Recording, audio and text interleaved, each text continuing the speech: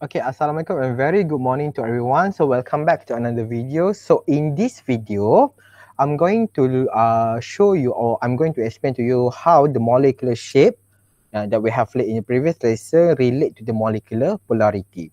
Okay, so the reason why we need to learn about molecular polarity because the molecular polarity will affect both the physical and also the chemical properties of any molecule.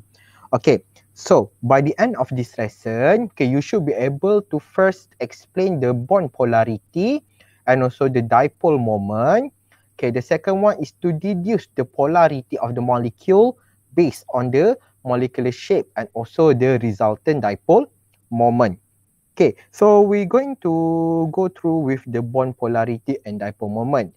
Okay, by definition, okay, bond polarity is the measure of how equally and unequally the electrons in any covalent bond are shared. So if the electron in the covalent bond are shared equally between the atom, doesn't matter whether they have two atoms or more, then itu kita akan panggil dia sebagai a non-polar molecule. Okay. However, when the electron distributed unequally between the atoms, kita akan panggil dia sebagai polar molecule.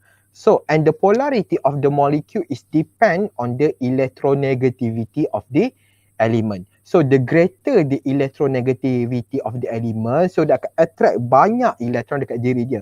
Sebab we recall back from chapter 3, periodic table, electronegativity is the ability for the atoms to attract electron when it covalently bonded with another atom. So lagi tinggi electronegativity itu, maknanya dia akan lagi tarik banyak elektron dekat diri dia. So the electronegativity itu kita gunakan macam mana kita nak determine the molecular polarity itu. Okay. So bond polarity ini hanyalah satu konsep. However, if you want to quantify the polarity of the molecule, kita akan menggunakan satu term yang kita panggil dia sebagai dipole moment. So the dipole moment by definition is the quantitative measure of the polarity of the bond. So awak tak perlu buat calculation dalam dipole moment ini untuk awak punya level. Okay, the dipole moment is normally given by a symbol, okay, nu.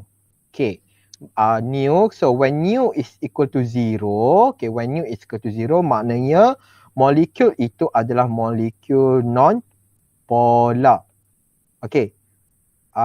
However, when the value of nu is greater than 0, okay, when the nu is greater than 0, then the molecule itu kita panggil dia sebagai polar molecule. And the dipole moment, okay, and the dipole moment we call it as a vector quantity. So remember in physics, vector quantity that means it's going to have both direction. Okay, dia akan ada both direction and also the magnitude. So direction ini kita akan tengok dia menuju ke arah mana dipole itu dan magnitude itu menunjukkan berapa banyak value dia. So awak kena ingat dipole moment is the quantitative measure of the polarity of the bond. So the dipole moment is given by the symbol of nu.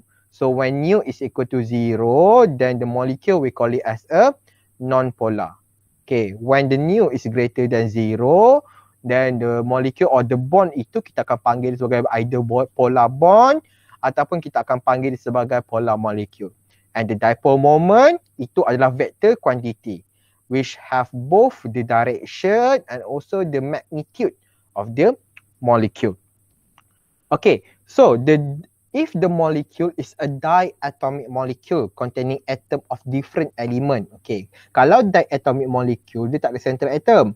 Okay, so that's why kalau diatomic molecule kita tengok dia ada elemen apa dalam tu.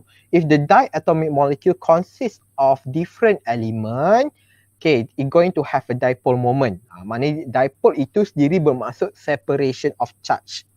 Okay, kalau different element maknanya dia akan ada different electronegativity. So different electronegativity maknanya kita akan expect elektron dalam covalent bond itu akan di-share unequally distributed between those two element. Okay, so if the diatomic molecule consists of atom of different element, then the molecule itu kita panggil dia sebagai polar molecule. Okay, example of such molecule are HCl, HF and also CO. Okay, so kita tengok for HCl. Okay, HCl, okay, if we draw the Lewis structure of HCl, so we're going to have 6 lone pair electron on the Cl. So, based on the periodic table, between hydrogen and Cl, we know that chlorine is more electronegative than hydrogen. So, kalau chlorine itu more electronegative than hydrogen, maknanya chlorine itu akan ada tendensi untuk attract banyak elektron dekat diri dia. So, dan normally if the molecule itu ada dipole, kita akan present dipole tu menggunakan arrow. Dan arrow itu mesti datang daripada elemen yang less electronegative ke elemen yang lagi electronegative. Okay, so for this case, hydrogen is less electronegative compared to chlorine. So if you want to draw the arrow for the dipole, the arrow must come from the hydrogen and pergi kepada chlorine. Okay, so arrow itu akan datang daripada hydrogen dan pergi ke chlorine. Dan this arrow ini kita menggunakan arrow the movement of electron ataupun arrow untuk menunjukkan dipole itu. Okay, so sekarang ini since chlorine is more electronegative than hydrogen, so what you will expect if you try to do the electron mapping, electron distribution mapping, awak akan nampak di mana chlorine ini akan banyak elektron berada dekat chlorine compared to hydrogen. Okay. So, now the chlorine ni dah attract more electron dekat diri dia. So, chlorine ini akan dapat satu charge yang kita panggil sebagai partially negative charge. Okay. So, dan hydrogen ini kita akan dapat a partially positive charge. Okay. Chlorine ini dapat partially negative sebab apa? Sebab dia more electronegative. So the more electronegative of the element, so dia maknanya akan banyak elektron yang pergi dekat diri dia. That's why lah dia akan ada a partially negative charge. Since hydrogen ini less electronegative, so elektron tak suka sangat dengan dekat dia. So that's why lah dia ada partially positive charge. Kan kalau awak nak lukis arrow of the dipole, remember that the arrow must come from element with less electronegative to a more electronegative element. So if you nampak ni, awak akan nampak yang the electron dalam covalent bond itu is unequally distributed between those two element. Okay, that's why lah HCl ini kita panggil dia sebagai polar molecule. Okay, and bond ini kita panggil dia sebagai polar bond. Okay, kita panggil dia sebagai polar bond. Okay. So, another example is nitrogen monoxide. Okay, nitrogen monoxide. If you draw the Lewis structure, so N double bond O. So, kita akan ada 2 lone pair. And then 1 lone pair and 1 lone electron on the nitrogen. Okay, so both nitrogen and oxygen are located in period 2 in the periodic table. Okay, nitrogen is in group 15. Oxygen is group 16. Okay, so across period, kita recall balik chapter periodic table. Across period, electronegative. So electronegative will increase. So electronegative dia akan increase. Okay, so maknanya oxygen ini adalah lagi electronegative compared to nitrogen. So if the oxygen is more electronegative compared to nitrogen, so maknanya oksigen ni akan attract more electron towards itself. Dia akan attract more electron dekat diri dia. So maknanya arrow itu mesti datang daripada nitrogen dan kita jangan lupa arrow ini. So maknanya oksigen ini sekarang oksigen akan ada partially negative charge, while nitrogen will have a partially positive charge. So that's why lah NO ini kita panggil dia sebagai a polar molecule because the electron itu is unequally distributed between those two element. Okay, sebab itu kita panggil sebagai polar molecule. Okay, how about CH? Okay, CH bond. Okay, CH bond, even though they are two different elements, the value of electronegativity between carbon and hydrogen is similar. So, if the value of electronegativity between those two elements is quite similar, Dan ini kita panggil dia sebagai non-polar bond. So non-polar bond maknanya elektron between carbon and hydrogen itu dia akan distribute almost equally. So even though carbon dan hydrogen itu adalah elemen berbeza, tapi disebabkan the value of electronegativity between those two elements is similar, that's why kita assume dia sebagai a non-polar bond. So contohnya macam dalam CH4. So for example dalam CH4, inside CH4, so this is the Lewis structure for CH4. Okay, even though both are different element, tapi electronegativity dia lebih kurang sama. So bond ini kita akan panggil dia sebagai a non-polar bond. So kalau dia non-polar bond, awak tak perlu nak lukis arrow dipole ini. Sebab apa? Sebab elektron itu distributed equally among those element. So untuk NO ini, bond ini kita panggil dia sebagai polar bond. Dan molekul NO itu kita panggil sebagai polar molecule. Okay, so when for a diatomic molecule that containing atom of the same element, dia takkan ada dipole moment. Sebab awak kena ingat, elemen yang sama, maknanya value of electronegativity itu akan jadi sama. So kalau value of electronegativity itu sama, maknanya elektron itu akan distributed equally among those element. That's why lah. So kalau elektron itu distributed equally, itu kita panggil sebagai non-polar. So for example macam H2, N2 and Cl2 with exception with CH. CH tadi yang akan jadi lain. Sebab CH2, even though the two different element, tapi sebab electronegativity lebih kurang sama, kita akan panggil dia sebagai a non-polar. So for example O2. Okay, kalau awak draw structure O2, okay, this is the Lewis structure for O2. So awak tengok both are made up from the same element. So same element maknanya electronegativity pun akan jadi sama. So kalau electronegativity dia sama, maknanya elektron itu akan distributed equally among those two elements. So kalau distributed equally among those element, maknanya separation of charge itu takkan ada. So maknanya tak perlulah kita tulis partially negative ataupun partially positive charge. Same goes with Cl2. Okay, Cl2. This is the Lewis structure for Cl2. Okay, both are the same element. Macam saya cakap tadi, same element maknanya electronegativity dia akan sama. So maknanya dia elektron itu akan distribute equally between these two chlorine atom. So that's why lah kita panggil dia sebagai a non-polar molecule with a, dan bond ini kita panggil dia sebagai non-polar bond. Okay, so kalau non-polar, remember that the value of nu must equal to 0. Sebab dia punya net dia adalah kosong. Okay, so tadi kita belajar pasal diatomic molecule. Sebab diatomic molecule, molecular shape dia memang semua sama je. Okay, however for a polyatomic molecule, the polarity of the bond and also the molecular shape will influence the polarity of the molecule. That's why lah sebelum ni kita belajar tentang molecular shape. Dan awal-awal tadi pun saya explain the molecular shape will influence the polarity of the molecule, and in turn it will influence the both physical and also the chemical properties of the molecule. So even inside that polyatomic molecule tu kita ada polar bond, the molecule will not necessarily have a dipole moment. So kita akan tengok few different example on how to determine the polarity of the molecule depends on the molecular shape. Okay, so this is some of the guide untuk awak determine the polarity for a polyatomic molecule.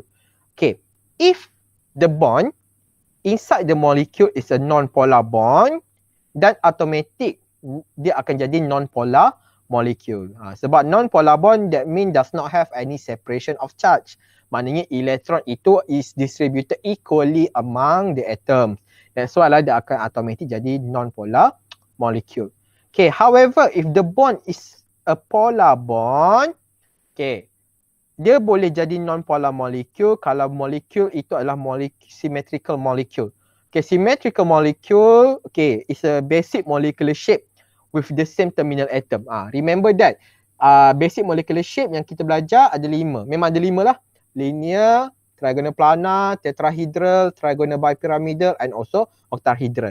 If the terminal atom inside this basic molecular shape is the same, so for example macam CO2, AlCl3, itu kita panggil dia sebagai symmetrical molecule dan dia adalah non-polar molecule. And also molecule with lone pair such as linear and square planar with the same terminal atom. So contohnya macam I3- ataupun Xe4. Ini sebab apa? Sebab terminal atom sama dan I3- ni bentuk dia bentuk linear. Nanti kita akan tengok lepas ni. Dan Xe4 ini the molecular shape is a square planar.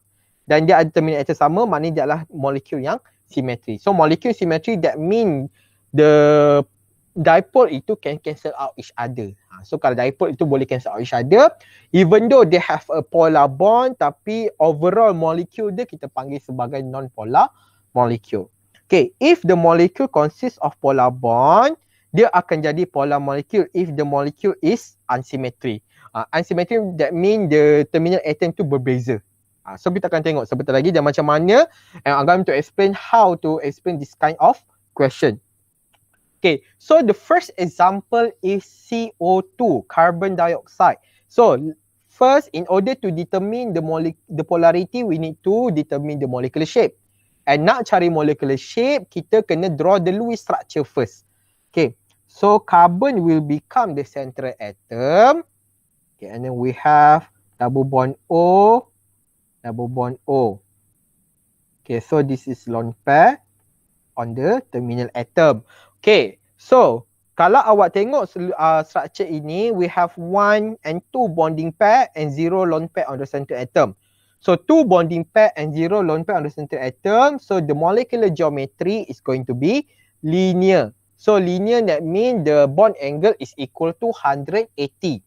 Okay, if you look at the structure, between carbon and oxygen ini, the oxygen is more electronegative than carbon. So, when the oxygen is more electronegative than carbon, that means oxygen will attract more electron to itself. So, ada dipole. So, ada dipole, awak kena lukis arrow ini. So, dia akan attract electron to itself. Okay, so kalau awak tengok, CO2 ini adalah symmetrical molecule. Okay, symmetrical molecule maknanya kalau awak divide dekat tengah, on the right and on the left hand side itu awak akan dapat benda yang sama. So kalau saya divide the middle dekat carbon ini, saya akan dapat benda yang sama. So kalau dia adalah symmetrical molecule, so the dipole itu can cancel out with each other. So awak boleh assume macam ni. So bayangkan awak ada satu box atau lantai yang rata. So you assume awak tarik on the right hand side, awak tarik sebanyak 5 Newton. On the left hand side, awak juga tarik sebanyak 5 Newton. So kalau awak tarik dengan menggunakan bilang amount force yang sama, box ini takkan bergerak.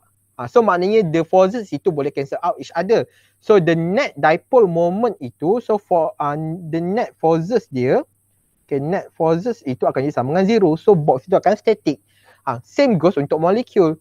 So kalau awak the terminal atom dia sama, okay, terminal atom semua sama, okay, dan dia adalah molekul yang simetri, maknanya dipole moment yang menuju dekat belah kanan is equal to dipole moment that go towards the left hand side. So both of the dipole moment can cancel out each other.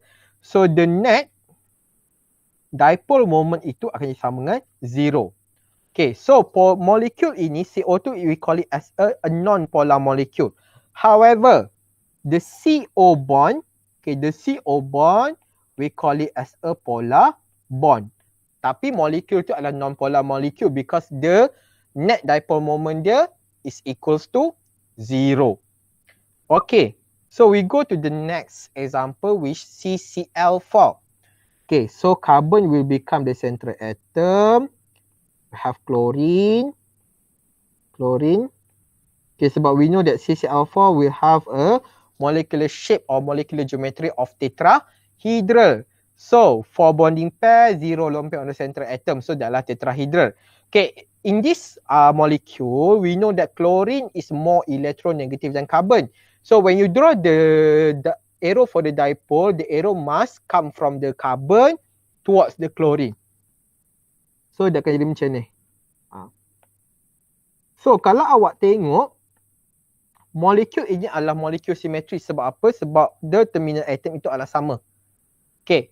So kalau terminal atom dia sama dan molekul adalah molekul simetri, the dipole moment itu boleh cancel out with each other.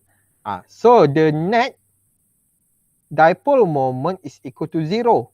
So when net dipole moment is equal to 0, then the molecule will become a non-polar molecule. However, the CCl bond ini, okay, CCl bond ini kita panggil dia sebagai polar bond. CCl bond tu kita panggil sebagai polar bond. Tapi the whole molecule tu kita take into consideration the net dipole itu akan jadi 0. Sebab apa? Sebab net dipole can cancel out with each other because this molecule is a symmetrical molecule. Okay, now we try for CH3Cl. Okay, CH3Cl, okay, if you draw the Lewis structure on the molecular geometry, CH3Cl is a tetrahedral. Okay, so macam saya kata tadi, between carbon and hydrogen, even though both are different element, but the value of the electronegativity is similar. So kita panggil sebagai non-polar bond. Tetapi between chlorine and carbon, bond ini kita panggil sebagai polar bond. So between chlorine and carbon, chlorine is more electronegative. So chlorine will attract more electron to itself. So the chlorine will have a partially negative charge and carbon will have partially positive charge. Okay. So this molecule is a not symmetrical molecule. So kalau unsymmetrical molecule, so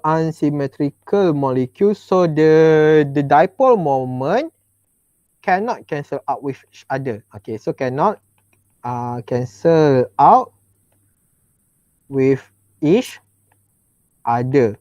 So kalau dipole moment itu cannot cancel out with each other, so the dipole moment, the net dipole moment will have a value higher than 0.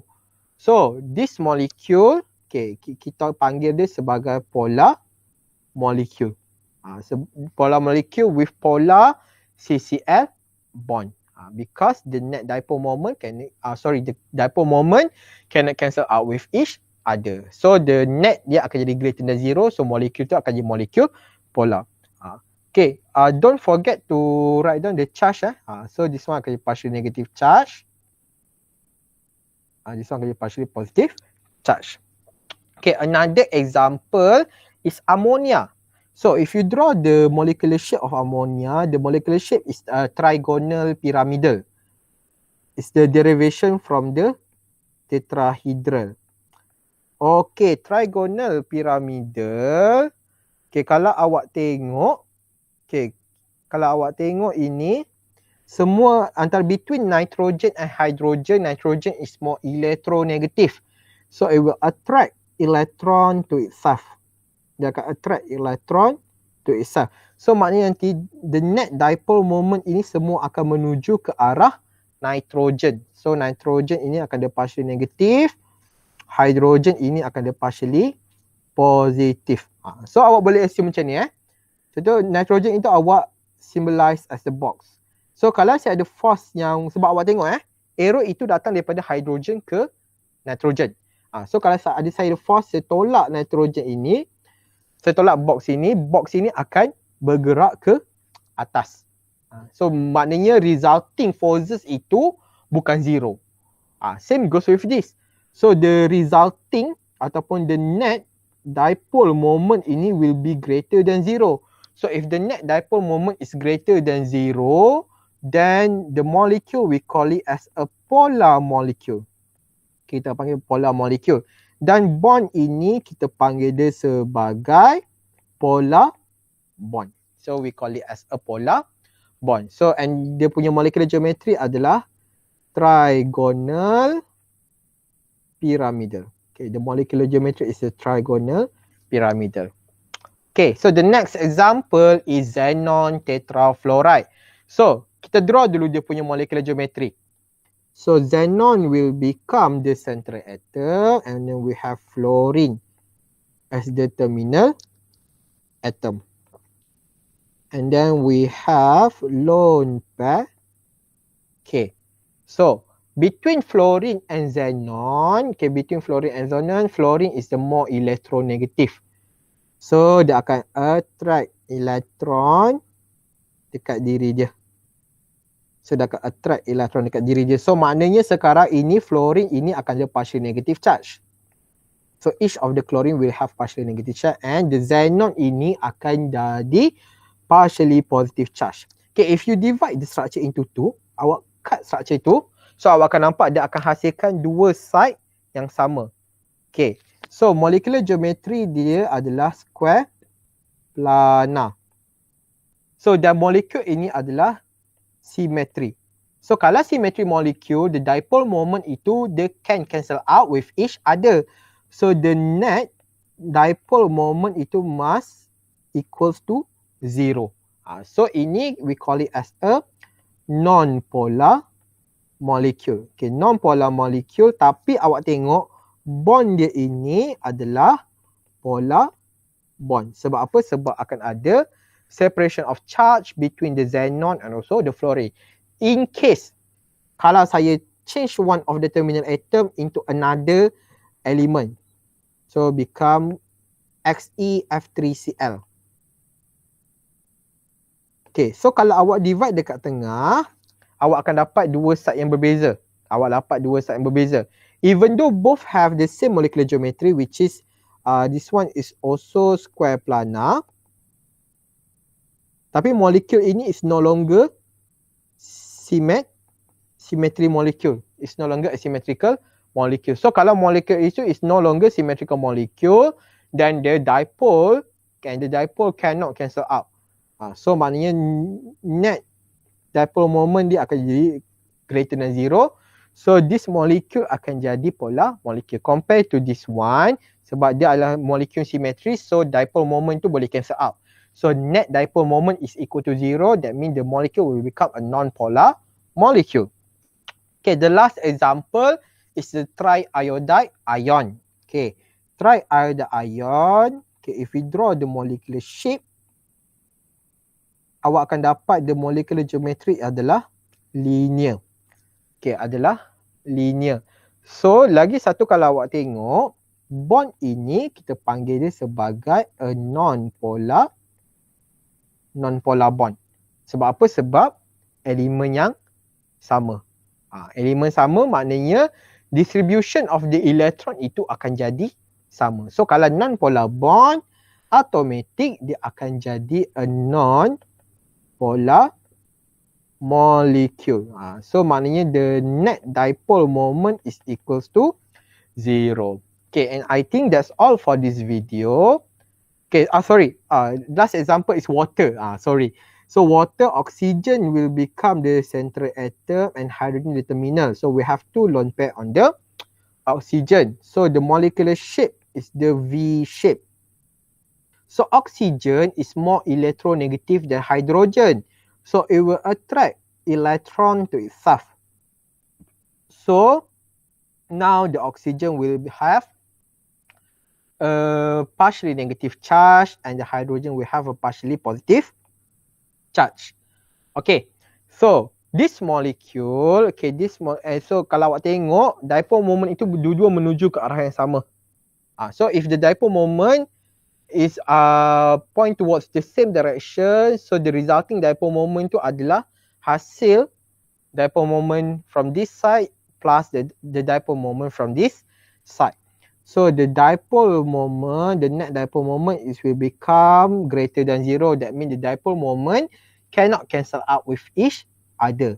So if the net dipole moment is greater than 0, then this molecule we call it as a polar molecule. Okay, and the bond between oxygen and hydrogen ini we going to call it as a polar bond. Sebab apa polar bond? Sebab akan ada separation into of charge. So hydrogen ini akan ada partially positive charge and the oxygen akan ada partially negative charge. So maknanya oxygen akan tarik elektron dekat diri dia. Okay, that's all for today's video. So in the next lesson, okay, we're going to learn about hybridization. Okay, so thank you everyone.